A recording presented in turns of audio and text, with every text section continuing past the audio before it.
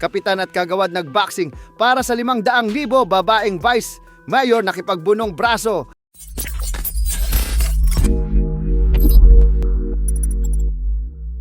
So trending po ngayon sa social media ang exhibition boxing match sa Pinukpok, Kalinga kung saan naglaban po ang dalawang officials ng barangay.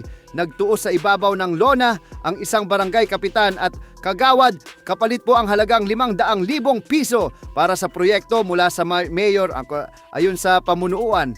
Paraan umano yan para hikayatin ang mga kabataan na subukan at kahiligan ang sports ng boxing. So kung sino ang mananalo sa boxing match at mag-uuwi ng kalahating milyon, mapupunta naman po yan sa proyekto ng barangay. Sa blue corner ay ang barangay captain habang red corner naman po ang kagawad. Sa umpisa pa lang ng round ay medyo wala pang aksyon ang kanilang sagupaan. Pero ilang minuto bago matapos ang round isa, umatake na po itong si kagawad. Napatakbo nga po dyan si Cap hanggang masapol po siya ni kagawad ng kanan. Makikitang napatukod ng kamay itong si Cap sa lona pero hindi po binilangan ng referee. Slip lang daw kasi yon habang umaatake nga po itong si kagawad. Natulak siya at natumbalagapak po si kagawad. Hindi naman nabilangan itong si kagawad kasi nga tulak lang yon. Agad bumangon si kagawad at bumawi. Nakatikim si Cap ng kaliwat kanan na suntok, tumalsik po sa lubid itong si Cap at napaupo pa nga. Sa pagkakataon na ito ay binilangan na siya ng referee.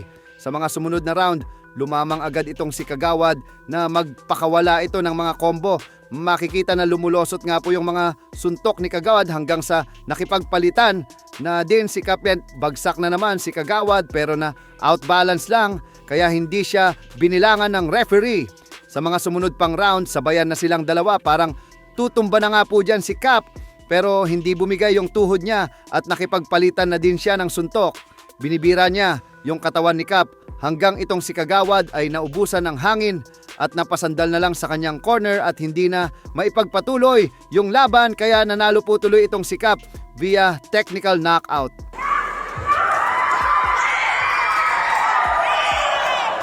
Samantala, sumali ang vice-alkalde ng syudad na si Shirlene Dasawan alunday sa exhibition arm wrestling competition. Sa video na ito, nakipag-arm wrestling siya kay Joliet Lapao ng Barangay Dugpa. Ang arm wrestling ay bahagi ng mga tampok na tradisyonal na laro sa isang buwang pagdiriwang ng unang Gimpong Festival ng Pinukpok.